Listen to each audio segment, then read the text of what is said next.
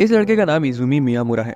ये बहुत सीधा साधा शांत सा लड़का है, किसी से ज्यादा बातचीत नहीं, बस अपने में मगन। पर उसकी जिंदगी का रुख तब पलट जाता है जब उसकी क्लास की एक सुंदरी को पता चलता है कि वो स्कूल के बाहर कितना ज्यादा हैंडसम लगता है। इस सब की शुरुआत होती है काटागिरी सीनियर हाई स्कूल से, जहाँ एक क्लास में टीचर बच्चों को समझा रहा था कि ये उनकी स्कूल में आखिरी गर्मियां हैं, तो उन्हें इसे अच्छे से एंजॉय करना चाहिए। कुछ लड़कियां स्कूल के बाद घूमने के बारे में बात कर रही थी। ये लड़की यूकी अपनी दोस्त क्योको होरी को बताती है कि आज फिर एक लड़के ने उसका नंबर मांगा था।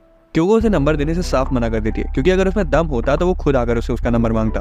क्योको जाने के लिए अपनी चेयर से उठती है और उसका फोन नीचे गिर जाता है और स्लिप होते हुए सीधा इजुमी के पास आ जाता है। वो उसे उसका फोन उठाकर दे देता है। जब इजुमी क्लास से निकलता है तो सब आपस में बात करते हैं कि इजुमी बड़ा अजीब लड़का है, शायद वो ओटाकू भी हो सकता है। किसी को पता नहीं था कि उसके उन लंबे घने बालों के पीछे उसकी असलियत क्या है। फिर क्योको घर निकल जाती है, पर दूसरी पॉपुलर लड़कियों की तरह क्योको स्कूल के बाद अपनी दोस्तों के साथ नहीं घूमती। वो घर का काम काज करती है और अपने प्यारे से छोटे भाई का अच्छे से ध्यान रखती है। उस दिन शाम को जब उसका छोटा भाई शोता घर आता है तो वो देखती है कि उसकी नाक से खून बह रहा है। वो दौड़ के उसके पास जाती है और नोटिस करती है कि यह हैंडसम लड़का उसे लेकर आया।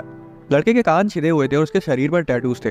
बच्चे को सही सलामत घर पहुंचाकर वो वहां से जाने लगता है, पर शोता उसे पकड़ लेता है और क्योंकि उसे थोड़ी देर रुकने के लिए कहती है ताकि वो उसका शुक्रिया अदा कर सके। वो बैठते हैं और इजुमी ये देखकर काफी इंप्रेस था कि वो घर के सारे काम अकेले मैनेज कर लेती है। अचानक से क्योको को रियलाइज होता है कि वो उसे उसके नाम से बुला रहा है और वो उसके बारे में सब जानता है, उसकी क्लास, उसका स्कूल, सब कुछ। वो पूछती है कि वो दोनों सेम स्कूल में है और इजुमी कैजुअली बोलता है कि वो उसकी क्लास का इजुमी है। क्योको को भरोसा ही नहीं हो पा रहा था कि क्लास का सबसे शांत और सीधा लड़का कोई क्रीप नहीं बल्कि हैंडसम और चिल टाइप का बंदा है। अगले दिन भी उसे भरोसा नहीं हो पा रहा था कि वो सच में इजुमी था। यूकी नोटिस करती कि कुछ तो ऑफ है उसके साथ। तभी अचानक से क्योको उठती है और सीधा इजुमी के पास जाके उसे बात करने लगती है। वो एक शांत जगह जाते हैं और वहाँ बात करते हैं। वो बोलती है कि शोता उससे फिर से मिलना चाहता है। इजुमी तो इस चीज से हैरान था कि वो उससे कल के बाद फिर से बात कर रही है। वो बोलती हाँ, थोड़ा तो ऑकवर्ड है, लेकिन बात ना करने का भी कोई रीजन नहीं था। वो बोलती कि स्कूल के बाहर वो कितना अलग लग रहा था, उसे पता है कि वो तो बाहर भी स्कूल की तरह रहती है। इजुमी स्माइल करता है और वो शर्मा रहा था क्योंकि पहली बार उसे कोई इस तरह कैजुअली बात कर रहा है। क्योंकि बोलती है कि इसमें कोई बड़ी बात थोड़ी है। वो तो उसे ये भी सजेस्ट करती है कि उसे उसी तरह अपने बालों को रखना चाहिए जैसे वो कल रखे हुआ था। पर इजुमी तुरंत मना कर देता है क्योंकि अगर वो अपने बाल को बांध कर स्कूल आएगा तब उसकी पियर्सिंग्स दिखने लगेंगी। उस दिन के बाद से इजुमी डेली स्कूल के बाद क्योको के घर जाने लगा। पहले कुछ दिनों में उसे इजुमी के बारे में काफी कुछ पता चला। उसे मांगा वगैरह पढ़ना पसंद है, पर वो एकदम चकड़ ओटाकू नहीं है। उसकी एक फैमिली बेकरी है। उसने अपनी पहली पियर्सिंग मिडिल स्कूल में करी थी और चश्मा पहनने के बावजूद भी वो उतना स्मार्ट नहीं है।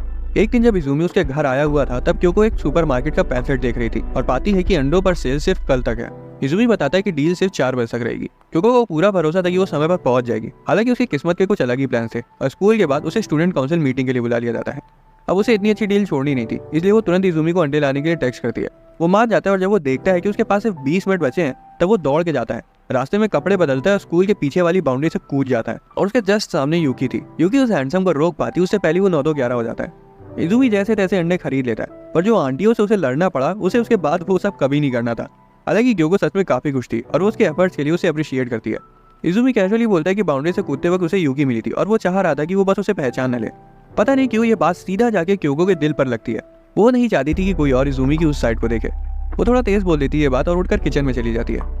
इजुमी समझ गया था और वो कहता है कि वो भी नहीं चाहता कि क्योको की इस साइड को कोई और देखे। वो साइड जो कि घर का काम करती है, अच्छा खाना बनाती है और छोटी छोटी बातों पर गुस्सा हो जाती है। क्योको से इतनी साफ साफ कही बात हैंडल नहीं हो पाती कि जो उसके मन में था इजुमी ने सीधा बोल दिया, जिस वजह से वो बहुत ज्यादा शर्मा जाती है। अगले दिन जिम क्लास थी जिसमें सभी को स्विम करना था और इजुमी बोराया हुआ था कि अब बच्चे सब देख लेंगे, उसकी पियर्सिंग्स और यहाँ तक कि उसके टैटूज भी।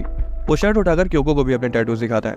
क्योको बिल्कुल स्पीचलेस हो गई थी। उसे समझ नहीं आ रहा था कि या तो वो बिल्कुल बेवकूफ है या फिर बहुत हिम्मत वाला है। फिर अगले दिन क्लास में यूकी और तोरू नोटिस करते हैं कि इजुमी और क्योको एक दूसरे के काफी क्लोज आ गए।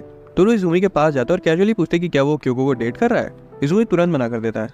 तोरू कहता है कि वो दोनों कितने अलग हैं और इजुमी इस बात से एग्री करता है। हालांकि उसकी इस बात से इजुमी गैस कर ले जाता है कि शायद तोरू को क्योको पसंद है और उसका गैस बिल्कुल सही था। तोरू हड़बड़ाने लगता है कि वो किसी और को इसके बारे में ना बताए। तभी एक लड़का शू ने जिम क्लास के लिए बुला लेता है। चेंजिंग रूम में तोरू पूछता है कि वो हर वक्त जैकेट क्यों पहने रहता है। इजुमी नहीं चाहता था कि वो और ज्यादा जोर डाले उसको बताने को, इसलिए वो खुद ही अपनी जैकेट उतार के दिखा देता है कि वो क्या छिपा रहा है सबसे। तोरू तो पगला जाता है कि इजुमी जैसे लड़के के इस तरह के टैटूज कैसे हो सकते हैं। तोरू उसे और अच्छे से देखने के लिए उसके बाल पीछे करता है और पाता है कि उसके तो कान भी छिरे हुए हैं। ये सब देखकर वो सोचता है कि इस तरह का लड़का क्यों को पसंद है। फिर उन दोनों की काफी लंबी बातचीत होती है और तोरू प्रॉमिस करता है कि वो उसके टैटूज और पियर्सिंग वाली बात अपने तक ही रखेगा। हालांकि उसे ये नहीं समझ आ रहा था कि वो और क्योको इतने क्लोज कैसे आ गए। इजुमी बताता है कि उतना समय नहीं हुआ उन्हें क्लोज आए हुए और उसे लगता है कि क्योको का उसके साथ रहना बस उसकी बेसिक काइंडनेस है। ये सुनने के बाद तोरू से परमिशन मांगता है कि अगर ऐसा है तो क्या वो क्योको को प्रपोज कर ले। इजुमी बोलता है कि इसमें उसे उसकी परमिशन की थोड़ी जरूरत है, चूज करना तो क्योको के ऊपर है। आखिर में दोनों की जिम क्लास छूट जाती है, जिस वजह से यूकी को अकेले साफ सफाई करनी पड़ती है और वो सच में बहुत गुस्साई हुई थी। तो उस क्लास के बाद से इजुमी क्योगो से